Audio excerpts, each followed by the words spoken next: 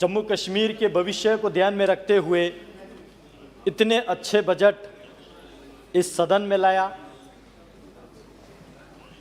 और वास्तविकता है कि धारा 370 हटने के बाद और जम्मू कश्मीर के भविष्य को उज्ज्वल बनाने के लिए इस सरकार का जो प्रयास लगातार पिछले 7 साल कंटिन्यू रहा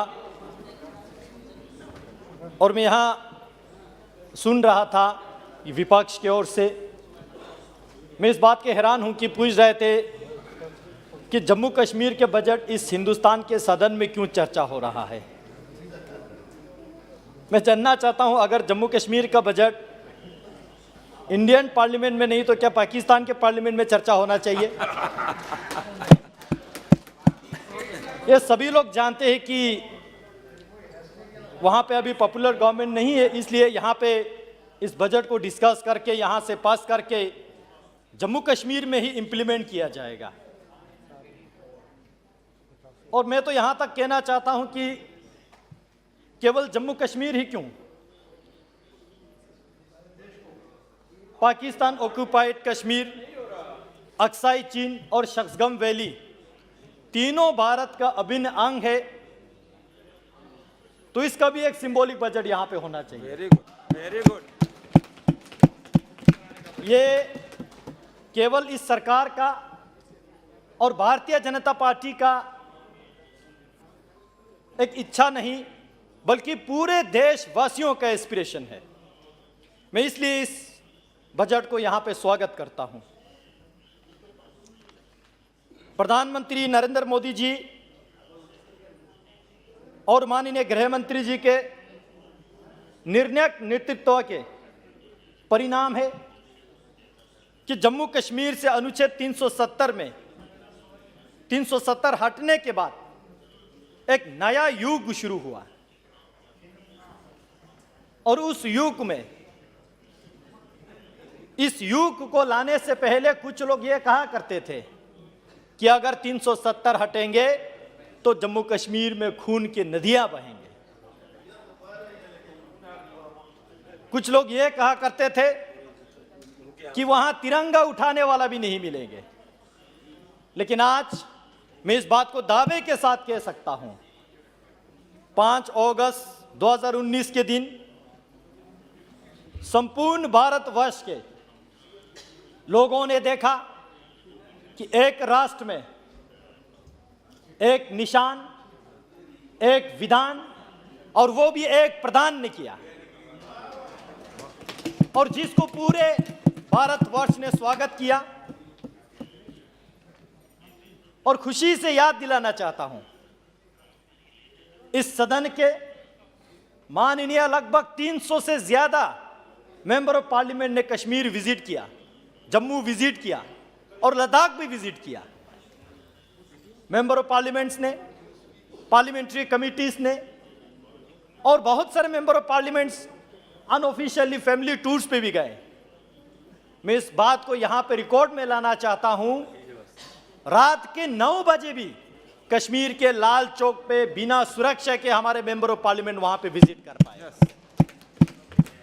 ये इस बात के प्रमाण है कि जम्मू कश्मीर के हालात में सुधरी आई है। और वहां पहुंचने के बाद मैं भी कमेटी के टूर पे वहां था और वहां हमारे साथ जो विपक्षी मेंबर ऑफ पार्लियामेंट है वहां पहुंचने के बाद कहते हैं कि वाकई मोदी साहब ने कमाल की काम किया है। और यहां तो आपने पार्टी की बात रखना पड़ेगा, लेकिन कश्मीर में पहुंच के वह लोग भी कहते हैं जहां हुए बलिदान मुखर्जी का, ये कश्मीर हमारा है, सारा का सारा है। और वो भी कहने में, मैं लद्दाख के बारे में भी आपको कहूंगा दादाजी, और वहां ये भी कहते हैं कि वाकई धारा 370 हटने के बाद जमहूरियत, कश्मीरियत और इंसानियत ग्राउंड पे इंप्लीमेंट करने का काम किसी ने यदि किया है तो प्रधानमंत्री नरेंद्र मोदी ने किया। केवल 370 हटने तक नहीं रुके। 370 हटने के बाद सोशल अपलिफ्टमेंट जो कि समाज के उत्थान के लिए कितना जरूरी है, मैं बताना चाहता हूं। पहाड़ी भाषी लोगों को 4% एवं आर्थिक रूप से विपन्न लोगों के लिए 10% नौकरियां में आरक्षण दी। जम्मू कश्मीर में पहली बार अनुसूचित जनजाति वर्ग को राजनीतिक आरक्षण दिया गया। डिस्ट्रिक्ट डेवलपमेंट काउंसिल के चुनाव इस आरक्षण के माध्यम से भी हुए। पहले वहां पे जब नेशनल कॉन्फ्रेंस और कांग्रेस पार्टी के सरकारें थे, जिसका हमने भी भुगतान किया, लद्दाख वालों ने भी भुगतान किया, वहां पे डिस्ट्रिक्ट डेवलपमेंट काउंसिल के चुनाव तो छोड़िए, पंचायत के चुनाव भी होने नहीं देते थे। वहां के लोगों के मानसिकता ये थे, कश्मीरी लोगों के नहीं, वहां के चंद नेताओं के मानसिकता ये थे, यदि किसी छोटा सा डिपार्टमेंट के 2000 रुपए के सब्सिडी भी अगर देना चाहे तो पंचायत के थ्रू ना जाए, वो 2 परिवार के जरिए जाए, ताकि लोगों में लगे कि कश्मीर का मालिक तो ये 2-3 ही परिवार है। लेकिन आज माननीय मोदी जी के कारण से कश्मीर में एक पार्टिसिपेटरी डेमोक्रेसी, एक ग्रास रूट डेमोक्रेसी स्टेब्लिश करने का कोशिश किया। जम्मू क्षेत्र में विलेज डिफेंस कमेटी कार्यरत, हजारों लोगों की मांग को मानते हुए आप विलेज डिफेंस कमेटी का नाम बदलकर विलेज डिफेंस गढ़ कर दिया है, और आप इसमें कार्यरत सभी लोगों को सीधे सैलरी दिया जाएगी। पहले ये नहीं होते थे। सेवानिवृत्त उच्च न्यायालय न्यायाधीश की अध्यक्षता में ओबीसी एवं अन्य आरक्षण की रेगिस्तान के लिए आयोग का गठन हुआ, पहले ये नहीं हुआ था। अभी तक कुल 41.5 लाख लोगों को डोमिसाइल सर्टिफिकेट प्रदान किए जा चुके हैं। इसमें अनुच्छेद 35A के प्रताड़ित 55,931 वेस्ट पाकिस्तानी रिफ्यूजीज लोगों को जो बेनिफिट नहीं दिया, अभी दिया। 2,754 वाल्मीकि समुदाय को पहले सर उठाने के मौका नहीं थे, अभी उनको भी इक्वली ट्रीट करके वहां के डोमिसाइल प्रदान किया गया। 790 गोरखा कम्युनिटी के लोगों को डोमिसाइल प्रदान किया गया। पहले इन सबको परमानेंट रेजिडेंट सर्टिफिकेट नहीं दिया गया था। ये आर्टिकल 370 और 35A के दुरुपयोग किए थे। केवल समाज अपलिफ्टमेंट ही नहीं, बल्कि पॉलिटिकल अपलिफ्टमेंट, जमीनी स्तर पर लोकतंत्र को मजबूत किया गया है। पंचायती राज एक्ट को संशोधन किया गया और राज्य में पहली बार त्रिस्तरीय पंचायत का गठन किया गया। राज्य में पहली बार डीडीसी के चुनाव करवाए गए। 8 चरणों में हुए डीडीसी चुनावों में 51.7% वोटर ने अपने वोट्स का प्रयोग करते हुए 20 जिलों में 278 डीडीसी सदस्य चुने गए और 20 चेयरपर्सन और वाइस चेयरपर्सन भी चुने गए। अभी जितने भी सेंट्रल स्पॉन्सर स्कीम से, स्टेट स्पॉन्सर स्कीम से, जितने भी लोगों के वेलफेयर के लिए सरकार का स्कीम है, वो इन ग्रास रूट पब्लिक रिप्रेजेंटेटिव के माध्यम से लोगों के घर घर तक, किचन चूल्हे तक पहुंच रहा है। अध्यक्ष महोदय, मैं बताना चाहता हूं, यहां पे कुछ माननीय संसदगण पूछ रहे थे कि ग्रास रूट डेमोक्रेसी तो हुआ, अब वहां पे डेवलपमेंटल फंड कितने दिया गया। मैं आंकड़ा देना चाहता हूं। डिस्ट्रिक्ट डेवलपमेंट काउंसिल के माध्यम से 200 करोड़, ब्लॉक डेवलपमेंट काउंसिल के माध्यम से 71.25 करोड़, पंचायती राज इंस्टीट्यूशंस माध्यम से 1000 करोड़, यदि टोटल में अगर मैं बता दूं तो 1271.25 करोड़ जो है जम्मू कश्मीर के ग्रास रूट डेवलपमेंट पे लोकल पंचायत रिप्रेजेंटेटिव्स के थ्रू वहां पे इंप्लीमेंट हो रहा है। 2019 के 3-6 तारीख को एक ऑर्डर निकला SO 393 के, उसके जरिए municipal committee, municipal council, president, vice presidents को, कमिटी के प्रेसिडेंट्स को 15,000, वाइस प्रेसिडेंट को 10,000, म्युनिसिपल कमिटी के वाइस प्रेसिडेंट को 8,000, काउंसिलर म्युनिसिपल काउंसिल को 5,000, काउंसिलर म्युनिसिपल कमिटी को 4,000 ऑनरेरियम देके उन लोगों के मनोबल बढ़ाने का काम मोदी सरकार ने किया ताकि लोगों का ग्रास रूट लेवल पे विकास हो। अध्यक्ष महोदय, मैं बताना चाहता हूं, मैं इस संसद में आने से पहले मेरे पार्टी ने मुझे लद्दाख ऑटोनोमस हिल डेवलपमेंट काउंसिल के चेयरमैन के रूप में काम करने का मौका दिया। लगभग 7 महीना मैंने वहां काउंसिल के चेयरमैन के तौर पे काम किया।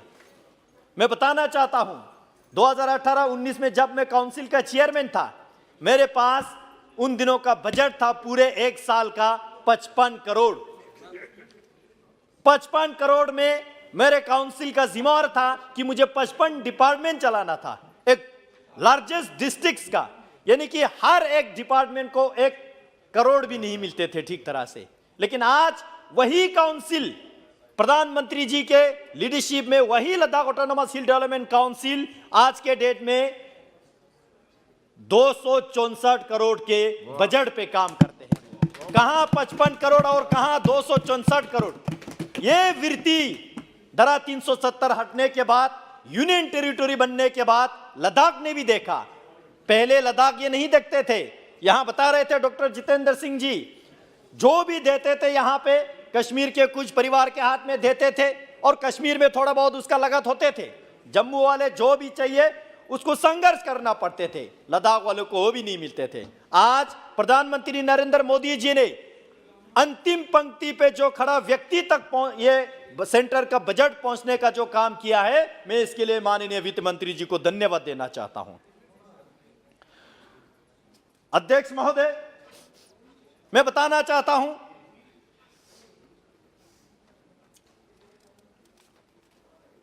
गवर्नेंस आउटरीच प्रोग्राम, क्योंकि इलेक्शन जीतते हैं, सत्ता में भी आते हैं, लेकिन उसके बाद लोगों के सेवा भूल जाते थे कुछ लोग।